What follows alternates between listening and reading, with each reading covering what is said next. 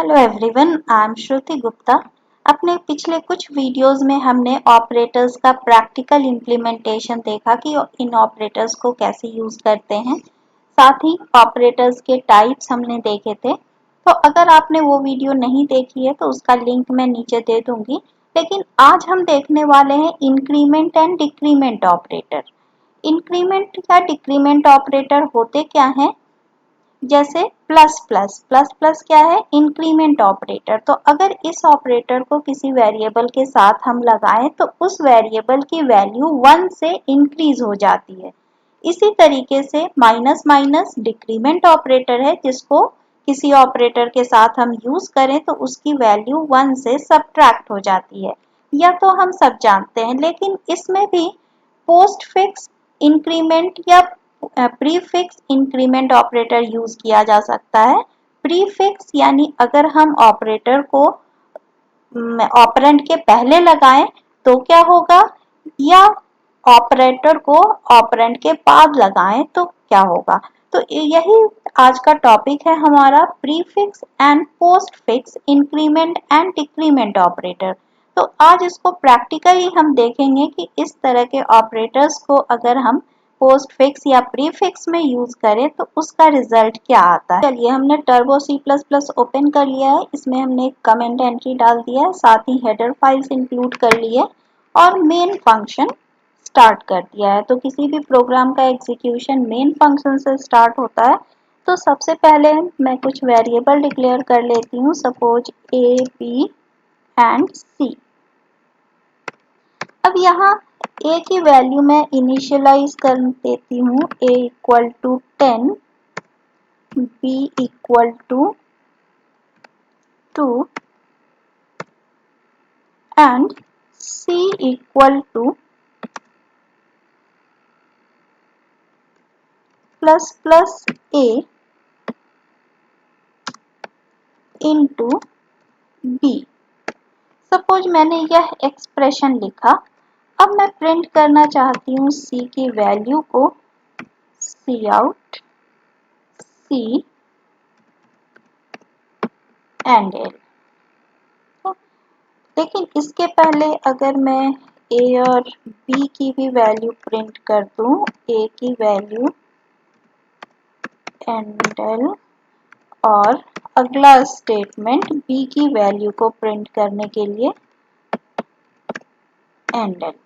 अगर मैं अब इसको प्रिंट करूं इन तीनों वेरिएबल की वैल्यू को, तो क्या आप गेस कर सकते हैं कि इसका रिजल्ट क्या आने वाला है?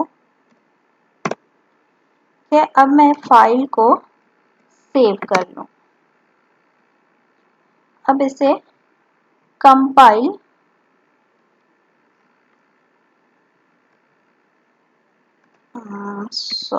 एंड एल होगा ये। इस तरीके से आप देख सकते हैं कि डिबगिंग आसानी से इसमें की जा सकती है कि अगर एक भी मिस्टेक होती है तो हमारा प्रोग्राम रन नहीं कर सकता है। अब यहाँ देख सकते हैं पहले वैल्यू किसकी प्रिंट हो रही है? a की, फिर b की और फिर c की, 11, 2 एंड 22। अब अगर हम इसको इवैल्यूएट करें तो यहाँ हमने क्या यूज किया है? Prefix increment operator. प्रीफिक्स कब कहा जाता है? जब हम ऑपरेटर को ऑपरेंड के पहले यूज करते हैं। यानी प्रीफिक्स अगर हम लिख रहे हैं तो इसकी वैल्यू क्या आ रही है? c की वैल्यू क्या आ रही है? 22। अगर इसी को हम पोस्ट फिक्स यूज करें यानी a प्लस प्लस कर दें तो इसकी वैल्यू क्या आ रही है? एक बार चेक करते हैं। सॉरी, एंड l फाइल को सेव कर ले, कंपाइल एंड रन। अब यहाँ देख सकते हैं पहले वाली वैल्यू क्या थी हमारी? 11, 2 एंड 22।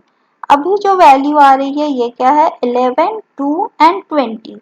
यानी C का रिजल्ट दोनों में अलग अलग आ रहा है। पहले वाले में C की वैल्यू क्या आ रही थी? 22 और अभी क्या आ रही है? C की वैल्यू 20। अब इसको देखें तो ये डिफरेंस क्यों आ रहा है? अगर हम पोस्ट फिक्स यूज करते हैं तो पहले एक्सप्रेशन इवैल्यूएट होता है। एक्सप्रेशन क्या होता है?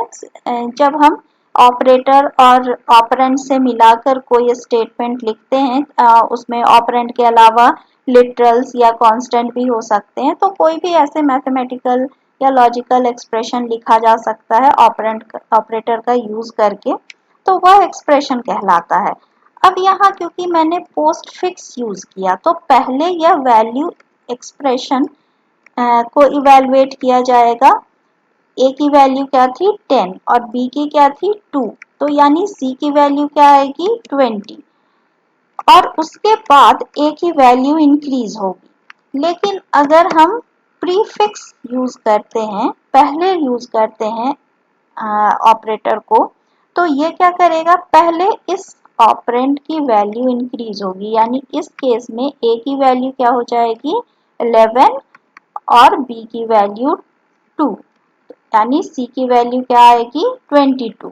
तो इस प्रोग्राम में हम देख सकते हैं कि अगर प्रीफिक्स लगाया जाए या पोस्टफिक्स लगाया जाए तो एक्सप्रेशन का रिजल्ट अलग अलग आता है।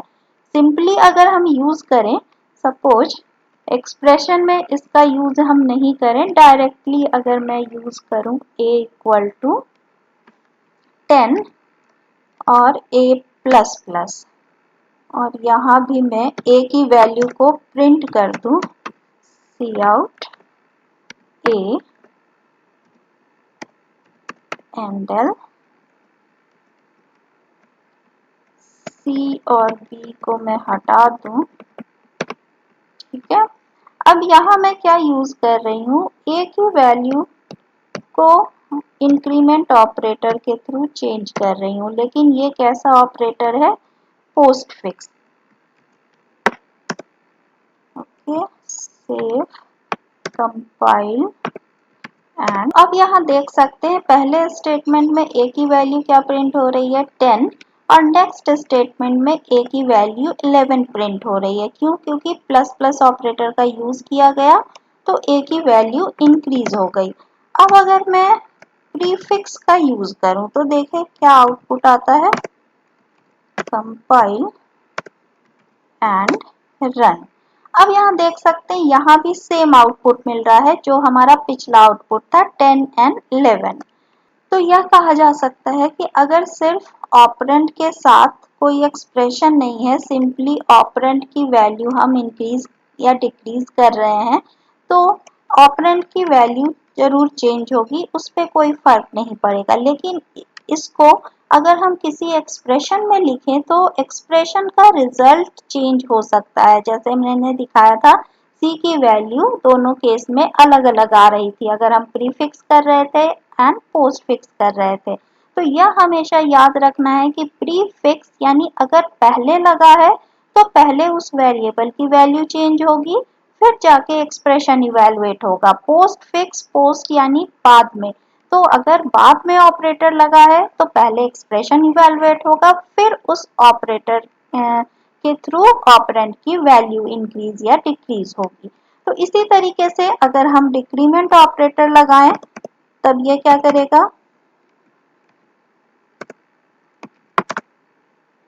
तो यह भी वैल्यू 1 से चेंज कर देगा। अब आप देख सकते हैं 10 एंड 9 प्रिंट हो रहा है।